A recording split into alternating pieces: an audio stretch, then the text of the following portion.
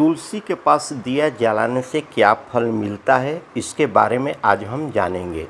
एक बार माता लक्ष्मी भगवान विष्णु जी से पूछती है कि हे स्वामी, तुलसी जी के पास दीपक जलाने का क्या महत्व है और रोज़ शाम को तुलसी के पास दीपक क्यों जलाया जाता है। इससे मनुष्य को कौन सा फल प्राप्त होता है, तुलसी के पास दीपक जलाने की विधि क्या है तथा दीपक जलाते समय कौन सा मंत्र का उच्चारण करना चाहिए, कृपा करके आप मुझे विस्तार से बताइए। तब भगवान विष्णु जी कहते हैं कि हे देवी, आज अपने समस्त मानव जाति के कल्याण के लिए बहुत ही महत्वपूर्ण प्रश्न किया है। इसके प्रश्न का उत्तर देने मैं आपको प्राचीन कथा सुनाता हूँ, जिससे आपको सभी प्रश्नों के उत्तर मिल जाएंगे। इसलिए आप इस कथा को ध्यानपूर्वक सुनिए। इस कथा को ध्यान से पूरा सुनने मात्र से ही मनुष्य को 100 वर्षों तक तुलसी के पास दीपक जलाने का पुण्य प्राप्त हो जाता है। फिर माता लक्ष्मी कहती है कि हे स्वामी, मैं इस कथा को सुनने के लिए उत्सुक हूँ, आप कहिए, कृपा आप इस कथा को सुनाना प्रारंभ कीजिए। तब भगवान विष्णु जी माता लक्ष्मी जी को वह कथा सुनाने लगते हैं। हे देवी, पूर्व काल की बात है, दक्षिण दिशा में तुंगभद्रा नाम की एक बहुत बड़ी नदी थी। इस नदी के किनारे पर हरिहरपुर नाम का एक अत्यंत सुंदर नगर बसा हुआ था। उसी नगर में काशी नगर के एक ब्राह्मण निवास करते थे। वे अत्यंत गुणवान, चरित्रवान, धर्म कार्य करने वाले तथा वेदों के मार्ग पर चलने वाले थे। उन्होंने समस्त शास्त्र का अध्ययन किया हुआ था। उस ब्राह्मण की एक पत्नी थी जिसे लोग दुराचार कह करके पुकारते थे, क्योंकि उसके कर्म ही उसके नाम के अनुसार थे। वे सदैव ही अपने पति को अपमानित करती थी। वह अपने पति के लिए कुवाच्य कहती थी, पति को भयंकर दुख देती थी, पति के लिए कभी भी भोजन नहीं बनाती थी। उसने अपने पति के साथ कभी शयन नहीं किया, कभी उसके साथ प्रेम से व्यवहार नहीं किया। पति के मित्र परिवार के लोग घर पर आते तो वह स्त्री उनको अपमानित करके भगा दिया करती थी और स्वयं काम भाव से उन्नत होकर के निरंतर अन्य व्यभिचारिक स्त्रियों के साथ घुमा करती थी। उसका मन पति को छोड़ करके पराये पुरुषों में लगा रहता था। उसने कभी अपने पति से प्रेम से बात नहीं की, किंतु पराये पुरुषों के संग बैठ करके बातें करती थी। पराये पुरुषों को मोहित करने के लिए सज धज करके गांव में घूमने जाया करती थी। कभी वह वन में किसी वृक्ष के नीचे खड़ी रह करके सुंदर पुरुषों की राह देखने लगी और किसी दुष्ट पुरुष को मोहित करके उसके संग भोग विलास किया करती थी। फिर एक दिन वह दुराचारणी स्त्री वन में जाकर के वृक्ष के नीचे खड़ी होकर के उसका चित्त काम से भरा हुआ था। वह किसी सुंदर कामी पुरुष की राह देख रही थी, किंतु बहुत समय निकलने के बाद भी उस स्थान पर कोई पुरुष नहीं आया। इसलिए वह अत्यंत दुखी हो गई और प्रियतम की खोज में इधर उधर देखने लगी।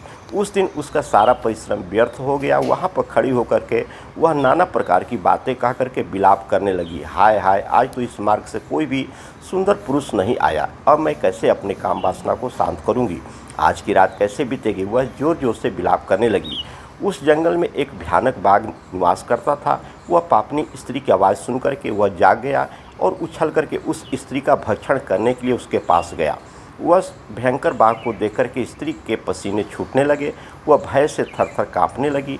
वह स्त्री कुछ कहती, इतने में ही बाघ ने अपने पंजों से उसे घायल कर दिया और वह स्त्री ज़मीन पर गिर पड़ी। ज़मीन पर गिरते ही वह स्त्री चिल्लाते हुए बोली, अरे बाघ, तू किसकी यहाँ पर आया है, मुझे क्यों मार रहे हो? मैं यहाँ पर अपने प्रियतम को खोज रही हूँ, तुम मुझे छोड़ दो, मेरा भक्षण करके तुम्हें क्या मिलेगा। उस स्त्री की बात सुनकर वह भयानक बाघ क्षण भर के लिए रुक गया और हंसते हुए बोलने लगा, रे दुष्ट, आज विधाता ने मुझे तेरा ग्रास नियुक्त किया है। तू जैसे पापनी स्त्रियों का भक्षण करना ही मेरा काम है, तभी तुझे इस शरीर से मुक्ति मिलेगी। वह स्त्री कहने लगी, हे बाघ, तुम कौन हो? मुझे सच सच बतलाओ, तुम्हें किस कारण से बाघ की योनि में जन्म लेना पड़ा है और तुम मुझ जैसी स्त्रियों का भक्षण क्यों करते हो? पहले मुझे सारी बात बताओ और फिर मेरा भक्षण करो। फिर बाघ कहने लगा कि हे पापनी, मैं तुझे मेरे पूर्व जन्म का वृत्तांत सुनाता हूँ, किस कारण से मुझे बाघ बनना पड़ा। पूर्व काल में दक्षिण देश में एक नदी थी। उस नदी के तट पर एक नगरी बसी हुई थी। उस नगरी में मैं निवास करता था और एक ब्राह्मण का पुत्र था। उस नदी किनारे बैठ कर के यज्ञ आदि किया करता था। मैंने उस जन्म में अनेक पापियों के लिए यज्ञ किया। उन पापियों के घर का भोजन किया। मैंने धन के लोभ में अनेक पापियों के लिए कार्य किया। जिन वस्तुओं का दान ब्राह्मण को नहीं लेना चाहिए, उन वस्तुओं का दान भी मैंने ग्रहण किया। और दूसरों से धन लेता था, किंतु कभी वापस नहीं करता था। इस प्रकार से पाप करते हुए मुझे बहुत साल बीत गए और मैं बूढ़ा हो गया। मेरे बाल सफ़ेद हो गए, आंखें सूज गई, मुंह के सारे दांत गिर गए, लेकिन फिर भी मेरी दान लेने की आदत नहीं छूटी और मैं पाप करता गया। फिर एक दिन मैं धन के लोभ से नदी के किनारे और अन्य धूर्त ब्राह्मणों के साथ मिलकर के हमने लोगों को ठगा। झूठ मंत्र वचन बोल करके हमने बिना विधि विधान किए ही देवी देवताओं का पूजन किया और बहुत सारा धन दान में लेकर के ले लिया। फिर उसी स्थान पर एक बीमार कुत्ते ने मेरे पैर में काट लिया और मैं मूर्छित होकर के गिर पड़ा। उसी क्षण मेरे प्राण चले गए। फिर यम के दूत उस स्थान पर प्रकट हुए और मुझे पकड़ करके जमपुरी को ले गए। वहाँ पर यमराज ने चित्रगुप्त से मेरे कर्मों का लेखा जोखा निकालने के लिए कहा। फिर चित्रगुप्त ने कहने लगे कि हे धर्मराज, इस ब्राह्मण ने घोर पाप किया है। इसने दूसरे से झूठ कह करके धन लूटा है, विधि विधान से पूजा पाठ नहीं किया है, झूठ मंत्र बोल करके भगवान का अपमान किया है। इसलिए यह पापी ब्राह्मण केवल नरक जाने के ही योग्य है। फिर यमराज ने अपने दूतों को आदेश देकर के मुझे नरक की अग्नि में डाल दिया। अनेक वर्षों तक नरक की सजा भोगने के बाद मुझे बाघ शरीर का प्राप्त हुआ और मैं इस दुर्गम वन में निवास करने लगा। मैं अपने पूर्व जन्म के पापों को याद करके कभी महात्मा साधु पुरुष सती स्त्रियों का भक्षण नहीं करता हूँ। मैं केवल पापी दुराचारी तथा उल्टा स्त्रियों का ही भक्षण करता हूँ ताकि मुझे पाप से मुक्ति मिल सके। इस प्रकार से वह बाघ ने अपने पूर्व जन्म की वृत्तांत सुना दिया और उस स्त्री से कहने लगा, हे पापनी, तेरे आचरण से तू उल्टा दिखाई पड़ती है। अपने पति को छोड़ करके तू इस वन में अन्य पुरुषों के साथ भोग विलास करने के लिए आई है, इसलिए आज तू मेरा ग्रास अवश्य बनेगी।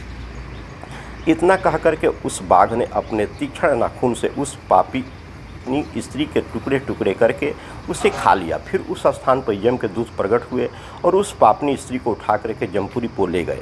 वहाँ पर उसे यमराज के सामने खड़ा किया गया। फिर चित्रगुप्त ने उस स्त्री का लेखा जेखा निकालते हुए यमराज से कहने लगा, हे धर्मराज, यह स्त्री तो अत्यंत पापनी है। इसने घोर पाप किया है, इसने व्यभिचारी किया है, इसने अपने पति की कभी सेवा नहीं की है, अपने पति को भूल करके पराये पुरुषों के संग भोग विलास किया करती थी। उसके पाप को सुनकर के यमराज ने उस स्त्री को अग्नि से भरे हुए कुंड में डालने का आदेश दिया। अनेक वर्षों तक उसे उस कुंड में पकाया गया, फिर उसे निकाल करके दूसरे नरक में डाल दिया गया। इस प्रकार से अनेक वर्षों तक अलग अलग नरकों में डाला गया और नरकों में डालने के बाद वह महापापनी स्त्री पुनः पृथ्वी लोक पर आकर के चंडाल के रूप में उत्पन्न हुई। चंडाल के घर में जन्म लेकर के वह फिर से अनेक पाप करने लगी, व्यभिचार करने लगी, अनेक पापी पुरुषों के संग विहार करने लगी। कुछ समय बाद पूर्व जन्म के पापों के कारण उसे कोढ़ का रोग हो गया और वह भयानक पीड़ा सहन करने लगी। उसका अंग अंग जलने लगा, उसके नेत्रों में पीड़ा होने लगी। इस दुख को सहन करती हुई वह बहुत दिन उसका बीत गया। फिर एक दिन वह तीर्थ में स्नान करने के उद्देश्य से अंतःपुर में चली गई। वहाँ पर वह एक आश्रम के बाहर निवास करने लगी। वहाँ उस स्थान में एक तुलसी का पौधा था। अन्य स्त्रियों को वहाँ पर तुलसी के पास दीपक जलाते हुए देख करके उस पापी स्त्री ने भी वही किया। उसने तुलसी के पौधे के पास एक दीपक जला दिया। फिर उसी रात हृदयघात से उसकी मृत्यु हो गई और यमराज के दूत उसे ले जाने के लिए वहाँ पर प्रकट हुए। जैसे ही यम के दूत उस पापी स्त्री को पास में बांध करके ले जाने लगे, तभी भगवान विष्णु के दो पार्षद उस स्थान पर प्रकट हो गए और उन्होंने उन दोनों को रोक लिया और कहने लगे, हे दूतों, इस स्त्री को तुम छोड़ दो। यह स्त्री नरक जाने के योग्य नहीं है। तुम किसके आदेश से ऐसा अधर्म कर रहे हो? फिर यम के दूत कहने लगे, हे पार्षदों, हम यमराज के आदेश से इस पापी स्त्री को उठा करके ले जा रहे हैं, किंतु आप हमें किस कारण से रोक रहे हैं? यह स्त्री अत्यंत पापनी है, इसे नरक में ले जाने की आज्ञा मिली है। फिर पार्षद कहने लगे, हे दूतों, यह स्त्री तो विष्णु भक्त है, यह नरक जाने के योग्य नहीं है। इसने शाम को तुलसी के पास दीपक जलाया है, इसी कारण से इसके समस्त पाप नष्ट हो गए हैं, इसलिए अब यह नरक जाने के योग्य नहीं है, यह स्वर्ग जाने की अधिकारी बन चुकी है। पार्षदों की बात सुनकर के यमदूतों ने उस स्त्री को उस स्थान पर छोड़ दिए और यमलोक लौट गए। वहाँ जाकर के उन्होंने यमराज को सारा वृत्तांत सुनाया। फिर भगवान विष्णु के पार्षद उस स्त्री को दिव्य विमान में बैठा करके स्वर्ग को ले गए। भगवान विष्णु कहते हैं कि हे देवी, इस प्रकार से तुलसी के पास केवल दीपक जलाने मात्र से ही मनुष्य के सभी पाप नष्ट हो जाते हैं। जो स्त्री नित्य शाम को तुलसी के पास दीपक जलाती है वह सौभाग्यशाली बनती है। उसके पूर्व जन्मों के सभी पाप नष्ट हो जाते हैं। उसे सुख समृद्धि की प्राप्ति होती है। रोज तुलसी के पास दीपक जलाते समय इस मंत्र का उच्चारण करना चाहिए। ओम तुलसी देव्य च विहय विष्णु प्रियाय च धीमहि तन्नो वृंदा प्रचोदयात, जिसका अर्थ होता है कि विष्णु प्रिय तुलसी, मैं आपको नमन करती हूँ। आप मुझे उच्च बुद्धि दो। हे वृंदा, आप मेरे मन को रोशन करो। भगवान विष्णु कहते हैं कि हे देवी, हजारों अमृत के घड़े से नहलाने पर भी श्री हरि विष्णु को उतनी तृप्ति नहीं होती है जितनी वे मनुष्यों के द्वारा तुलसी का एक पत्ता चढ़ाने से प्राप्त हो जाता है। 10,000 गौ दान से मानव जो फल प्राप्त करता है वही फल तुलसी पत्र के दान से पा लेता है। जो मृत्यु के समय अपने मुख में तुलसी पत्र का जल पा जाता है वह संपूर्ण पापों से मुक्त होकर के भगवान श्री हरि विष्णु के धाम को जाता है। हिंदू धर्म में तुलसी के पौधे का बहुत सबसे अधिक महत्व है। इसकी सबसे पहले पूजा भगवान विष्णु ने की थी। भगवान विष्णु कहते हैं कि जिस प्रकार से देवी लक्ष्मी से वैकुंठ को ऐश्वर्य की प्राप्ति होती है, उसी प्रकार से वैकुंठ में तुलसी के कारण ही पवित्रता प्राप्त है। पृथ्वी लोक पर जिस स्थान पर भी तुलसी का पौधा होगा उस स्थान पर कभी बुराई का वास नहीं होगा। ऐसा स्थान सबसे अधिक प्रिय और पवित्र होगा। इसी कारण से हमें हमारे घरों में तुलसी का पौधा लगाना चाहिए। इस प्रकार से भगवान विष्णु ने तुलसी के पास दिया जलाने का महत्व बतलाया। तुलसी के पास दीपक जलाने का महत्व के बारे में श्री कृष्ण क्या कहते हैं, चलिए जानते हैं। एक समय की बात है, देवी सत्यभामा भगवान श्री कृष्ण के पास आकर के उनसे पूछने लगी, हे स्वामी, मेरे मन में कुछ प्रश्न उठ रहे हैं, कृपया मेरा मार्गदर्शन करें। तब भगवान श्री कृष्ण बोले, हे सत्यभामा, क्या है तुम्हारा प्रश्न, कृपया बताओ, तो तुम्हारे प्रश्नों का निवारण करके हमें प्रसन्नता होगी। तब सत्यभामा कहती है, हे स्वामी, तुलसी के पास दीपक जलाने का क्या महात्म्य है और रोज़ शाम को तुलसी के पास दीपक क्यों जलाया जाता है? इससे मनुष्य को कौन सा फल प्राप्त होता है? तुलसी के पास दीपक जलाने की विधि क्या है तथा दीपक जलाते समय कौन से मंत्र का उच्चारण करना चाहिए? कृपया करके आप विस्तार से हमें बताइए। तब भगवान श्री कृष्ण कहते हैं कि हे देवी, आज तुमने समस्त संसार के कल्याण की बात कही है। तुम्हारे इस प्रश्न का उत्तर देने से पूर्व मैं तुम्हें एक प्राचीन कथा सुनाता हूँ, ध्यान से सुनो, जिससे तुम्हें तुम्हारे सभी प्रश्नों के उत्तर मिल जाएंगे। शाम को तुलसी के पास दीपक जलाने से जो फल मिलता है उसी का वर्णन मैं इस कथा में करूँगा, इसलिए तुम इस कथा को ध्यानपूर्वक सुनना। इस कथा को ध्यान से पूरा सुनने मात्र से ही मनुष्य 100 वर्षों तक तुलसी के पास दीपक जलाने का पुण्य प्राप्त कर लेता है। फिर देवी सत्यभामा कहती है कि हे प्रभु, मैं इस कथा को सुनने के लिए उत्सुक हूँ, कृपया आप इस कथा को मुझसे कहिए। तब श्री कृष्ण भगवान जी सत्यभामा से वह कथा सुनाने लगते हैं और कहने लगते हैं, हे देवी, पूर्व काल की बात है, दक्षिण दिशा में तुंगभद्र नाम की एक बहुत ही बड़ी नदी थी। उसी नदी के किनारे पर श्री हरिहरपुर नाम का एक अत्यंत सुंदर नगर बसा हुआ था। उसी नगर में मनोहर नाम के एक ब्राह्मण निवास करते थे।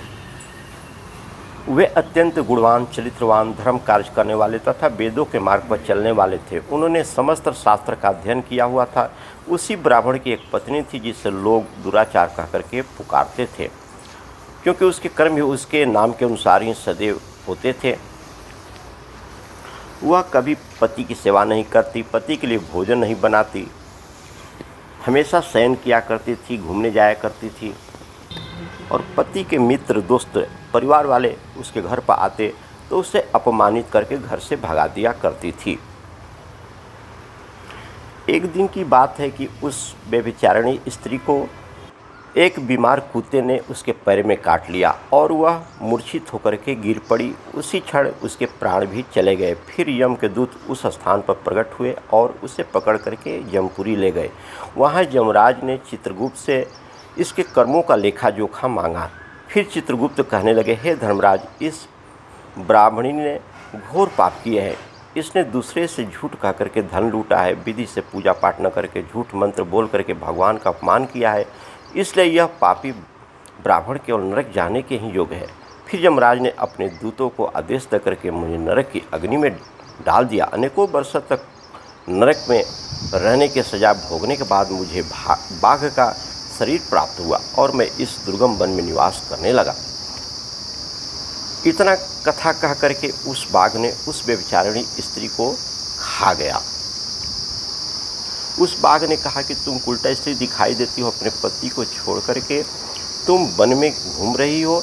यह कह करके उस बाघ ने तीक्ष्ण नाखून से उस पापनी स्त्री के टुकड़े टुकड़े करके खा लिया। फिर उस स्थान पर यम के 2 दूत प्रकट हुए और उस पापनी स्त्री को उठा करके यमपुरी में ले गए। वहाँ पर उसे यमराज के सामने खड़ा किया गया। फिर चित्रगुप्त ने उस स्त्री का लेखा जोखा निकालते हुए यमराज से कहने लगे, हे धर्मराज, यह स्त्री तो अत्यंत पापनी है, इसने घोर पाप किए हैं, इसने व्यभिचार किया है, इसने अपने पति की कभी सेवा नहीं की है, अपने पति को भूल करके प्राय पुरुषों के साथ रहती है। चित्रगुप्त की बात सुनकर के यमराज ने उसे अग्नि के कुंड में डालने के लिए आदेश दिए और कुछ वर्षों के बाद उसे फिर चंडाल के घर में जन्म हुआ करने गई। वहाँ पर देखी कि वहाँ पर कुछ स्त्रियों तुलसी के पौधे के पास दीपक जला रही हैं। यह देख करके वह भी वहाँ पर एक दीपक जलाई। तुलसी के पास दीपक जलाने से उसको पुण्य प्राप्त हुआ। कुछ दिन बाद बीतने के बाद उसकी मृत्यु हो गई। मृत्यु होने के बाद यमराज के 2 दूत उसे ले जाने के लिए वहाँ पर प्रकट हुए। जैसे ही यम के दूत उस पापी स्त्री को पास में बांध करके ले जाने लगे, भगवान विष्णु के 2 पार्षद उस स्थान पर प्रकट हुए और उन्होंने उन दूतों को रोक लिया और कहने लगे कि हे दूतों, इस स्त्री को तुम छोड़ दो, यह स्त्री नरक जाने के योग्य नहीं है, तुम किसके आदेश से ऐसा अधर्म कर रहे हो। फिर यम के दूत कहने लगे, हे पार्षदों, हम यमराज के आदेश से इस पापी स्त्री को उठा करके ले जा रहे हैं, किंतु आप हमें किस कारण से रोक रहे हैं। यह स्त्री अत्यंत पापनी है, इसे नरक में ले जाने की आज्ञा मिली है। फिर पार्षद कहने लगे, हे दूतों, यह स्त्री तो विष्णु भक्त है, यह नरक जाने के योग्य नहीं है, इसने शाम को तुलसी के पास दीपक जलाया है, इसी कारण से इसके समस्त पाप नष्ट हो गए हैं, इसलिए अब यह नरक जाने के योग्य नहीं है, यह स्वर्ग जाने की अधिकारी बन चुकी है। पार्षदों की बात सुनकर के उन दूतों ने उस स्त्री को उसी स्थान पर छोड़ दिया और यमलोक लौट गए। वहाँ जाकर के उन्होंने यमराज को सारा वृत्तांत सुना दिया। फिर भगवान विष्णु के पार्षद उस स्त्री को दिव्य विमान में बैठा करके स्वर्ग को ले गए। भगवान श्री कृष्ण कहते कि हे देवी सत्यभामा, इस प्रकार से तुलसी के पास केवल दीपक जलाने मात्र से ही मनुष्य के सभी पाप नष्ट हो जाते हैं। जो स्त्री नित्य शाम को तुलसी के पास दीपक जलाया करती है, वह सौभाग्यशाली बनी रहती है, उसके पूर्व जन्मों के सभी पाप नष्ट हो जाते हैं, उसे सुख समृद्धि की प्राप्ति होती है। रोज तुलसी के पास दीपक जलाते समय इस मंत्र का उच्चारण करना चाहिए। ओम तुलसी देव्ये च विद्ये विष्णुप्रियाय च धीमहि तन्नो बृंदा प्रचोदयात्। श्री कृष्ण कहते हैं कि हजारों अमृत के घड़ों से नहलाने पर भी श्री हरि को उतनी तृप्ति नहीं होती है जितने वे मनुष्यों द्वारा तुलसी का एक पत्ता चढ़ाने से प्राप्त होता है। 1000 गौदान से मानव जो फल प्राप्त करता है, वही फल तुलसी पात्र के दान से पा लेता है। जो मृत्यु के समय अपने मुख में तुलसी पत्र का जल पा जाता है, वह संपूर्ण पापों से मुक्त होकर के श्री कृष्ण के धाम जाता है। दोस्तों, सनातन हिंदू धर्म में तुलसी के पौधे का बहुत बड़ा महत्व है। इसकी सबसे पहले पूजा भगवान विष्णु जी ने की थी। श्री हरि कहते हैं कि जिस प्रकार से देवी लक्ष्मी से वैकुंठ को ऐश्वर्य प्राप्त है, उसी प्रकार से वैकुंठ में तुलसी के कारण ही पवित्रता प्राप्त है।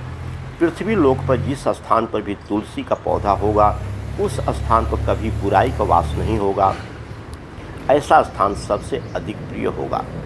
इसी कारण से हमें हमारे घर में तुलसी का पौधा अवश्य ही लगाना चाहिए। धन्यवाद।